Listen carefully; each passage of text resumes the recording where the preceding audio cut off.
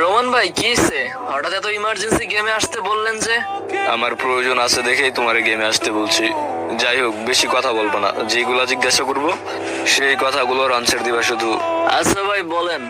High hi, রিহানের voice টোনই দুপুরা চেঞ্জ, রিজন 100 এর আইডিতে খেলে। আচ্ছা শোনো, তোমার আমি যেটা বলি, তুমি আমার বন্ধু রিমনকে গ্রুপ থেকে কিক মারছো কেন? ভাই কি বলেন? আমি কিক দেই নাই।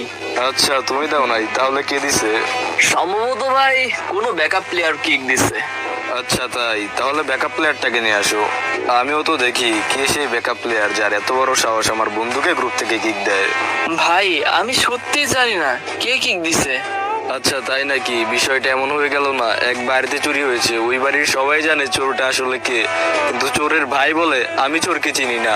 রোমান ভাই কথাটা কি আমাকে মিন করে বললেন? কি দিন আসলো, রিহান বলে ভাই আমাকে মিন করে বললেন। তোমাকে মিন করতে কেন যাব, তোমারই বলছি কথাটা। সরি ভাই, আমার এক বন্ধু রিমন ভাইকে কিক দিছে।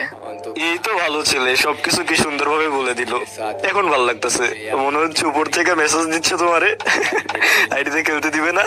যাই হোক, তোমার সরি বলতে হবে না, তোমার ওই ফ্রেন্ডকে নিয়ে আসো, আমি ওর সাথে কথা বলতে চাই, ওরে দেখতে চাই। রোমান ভাই এখনই কি নিয়ে আসতে হবে? না আজকে আর নিয়ে আসা লাগবে না, ভিডিওর থার্ড পার্টও তো বানাইতে হবে নাকি। আর হ্যাঁ শোনো, আজকে থেকে এই আইডি রিজন পুশ অফ। কেন ভাই? তাহলে তো আইডি রিজন 100 থেকে নেমে যাবে। আবার বলো কেন, তোমাকে বলতে হবে, এর কারণ কি?